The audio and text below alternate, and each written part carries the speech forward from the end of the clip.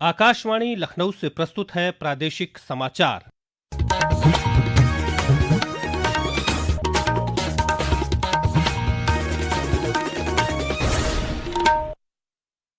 मुख्य समाचार। केंद्रीय मंत्रिमंडल की बैठक में अटल पेंशन योजना को वर्ष 2030-31 तक जारी रखने को मिली मंजूरी। भारतीय लघु उद्योग विकास बैंक में 5,000 करोड़ रुपए डालने का भी निर्णय। लोकसभा अध्यक्ष ओम बिरला ने आज लखनऊ में 86वें अखिल भारतीय पीठासीन अधिकारी सम्मेलन के समापन सत्र को किया संबोधित। लोकतांत्रिक संस्थाओं को जवाबदेह, पारदर्शी और जन केंद्रित बनाने पर दिया जोर। केंद्रीय गृह मंत्री अमित शाह उत्तर प्रदेश दिवस के मुख्य आयोजन में बतौर मुख्य अतिथि होंगे शामिल। 24 से 26 जनवरी तक लखनऊ में होंगे विविध कार्यक्रम। और प्रदेश में कई स्थानों पर कल से 3 दिनों के दौरान गरज चमक के साथ बारिश की संभावना। मौसम विभाग ने कुछ जिलों में ओलावृष्टि की जताई आशंका।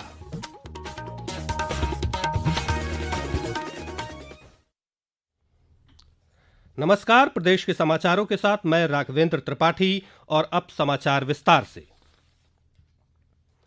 केंद्रीय मंत्रिमंडल ने आज अटल पेंशन योजना को 2030-31 तक जारी रखने के साथ ही प्रचार और विकासात्मक गतिविधियों के लिए वित्तीय सहायता बढ़ाने को मंजूरी दे दी है। इस योजना के अंतर्गत अब तक 8 करोड़ 66 लाख से अधिक लाभार्थी पंजीकृत हो चुके हैं। एक रिपोर्ट।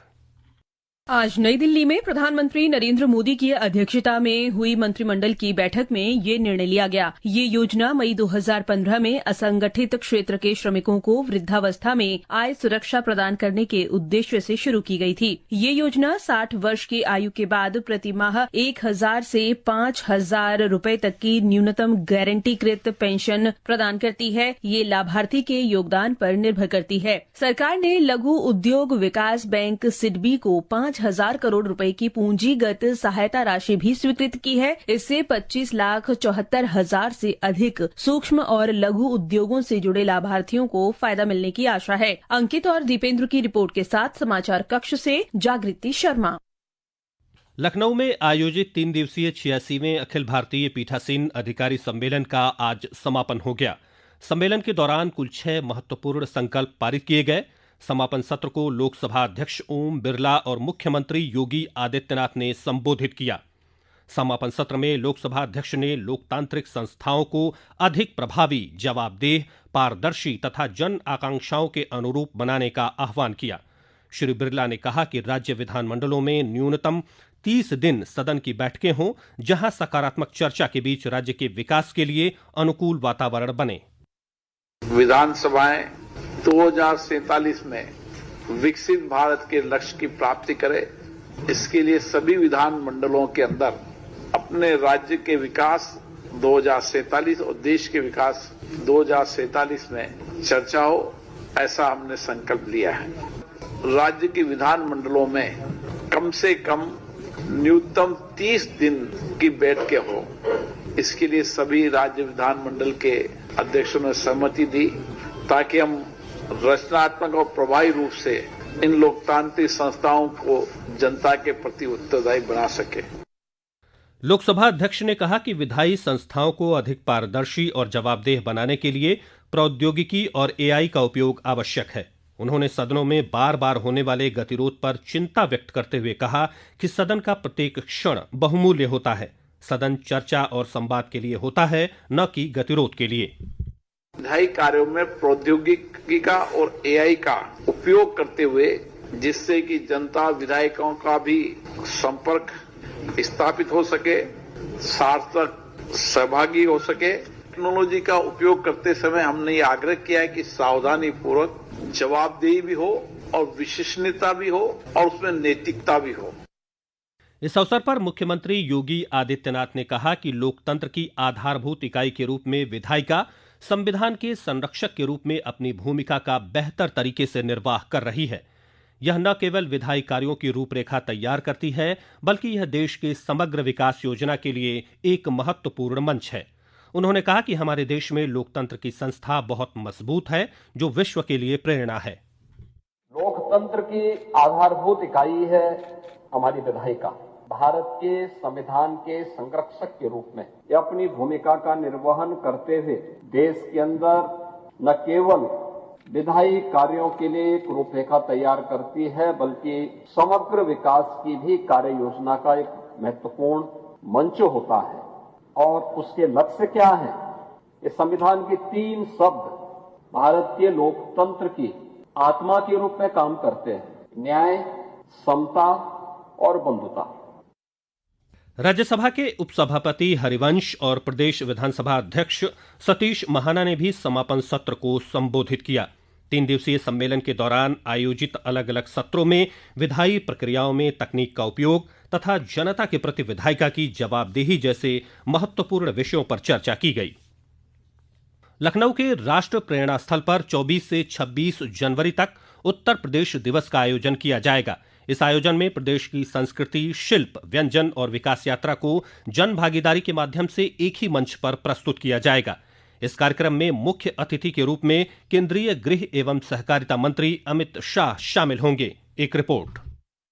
मुख्यमंत्री योगी आदित्यनाथ ने आज उत्तर प्रदेश दिवस की तैयारियों की समीक्षा करते हुए कहा कि यह आयोजन केवल औपचारिक कार्यक्रम नहीं बल्कि प्रदेश की पहचान और उपलब्धियों को जन सहयोग के साथ प्रदर्शित करने का अवसर है। उन्होंने कहा कि समारोह में विकसित भारत विकसित उत्तर प्रदेश की थीम पर आधारित विशेष प्रदर्शनी और शिल्प मेले में प्रदेश की विकास यात्रा, नवाचार, बुनियादी ढांचे, उद्योग, कृषि, महिला सशक्तिकरण और आत्मनिर्भरता की उपलब्धियों को प्रदर्शित किया जाएगा। मुख्यमंत्री ने कहा कि एक जनपद एक व्यंजन आयोजन का प्रमुख आकर्षण होगा, जहां हर जिले के स्वाद से समारोह में आने वाले लोगों को परिचित कराया जाएगा। समाचार कक्ष से सुशील चंद्र तिवारी।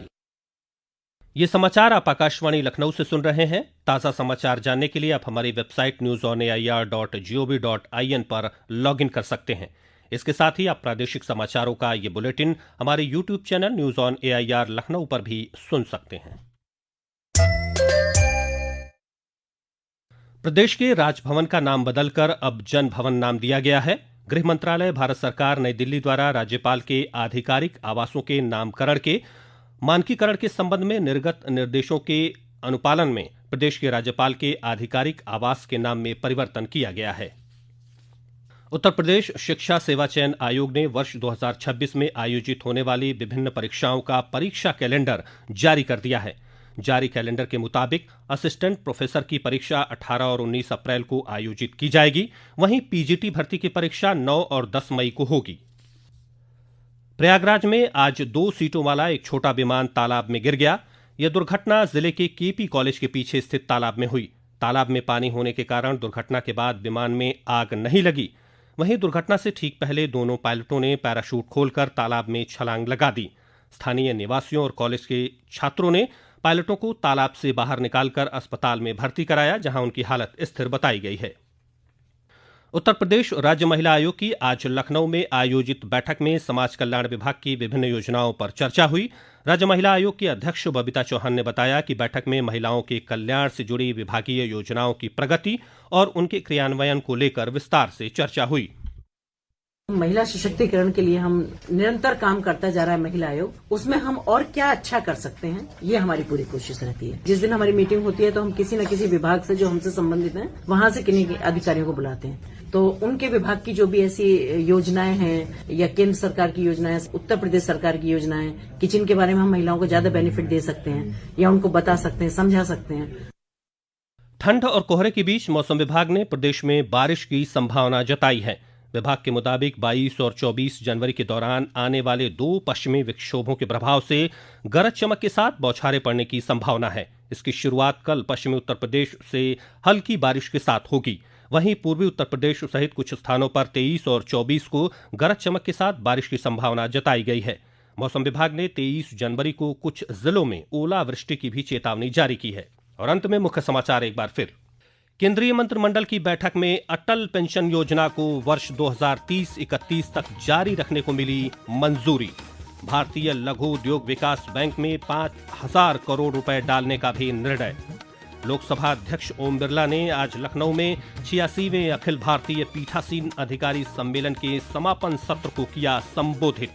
लोकतांत्रिक संस्थाओं को जवाबदेह, पारदर्शी और जन केंद्रित बनाने पर दिया जोर। केंद्रीय गृह मंत्री अमित शाह उत्तर प्रदेश दिवस के मुख्य आयोजन में बतौर मुख्य अतिथि होंगे शामिल। 24 से 26 जनवरी तक लखनऊ में होंगे विविध कार्यक्रम। और प्रदेश में कई स्थानों पर कल से 3 दिनों के दौरान गरज चमक के साथ बारिश की संभावना। मौसम विभाग ने कुछ जिलों में ओलावृष्टि की जताई आशंका। इसी के साथ प्रादेशिक समाचारों का ये बुलेटिन समाप्त हुआ। अगला बुलेटिन रात 8 बजे FM पर प्रसारित किया जाएगा। नमस्कार।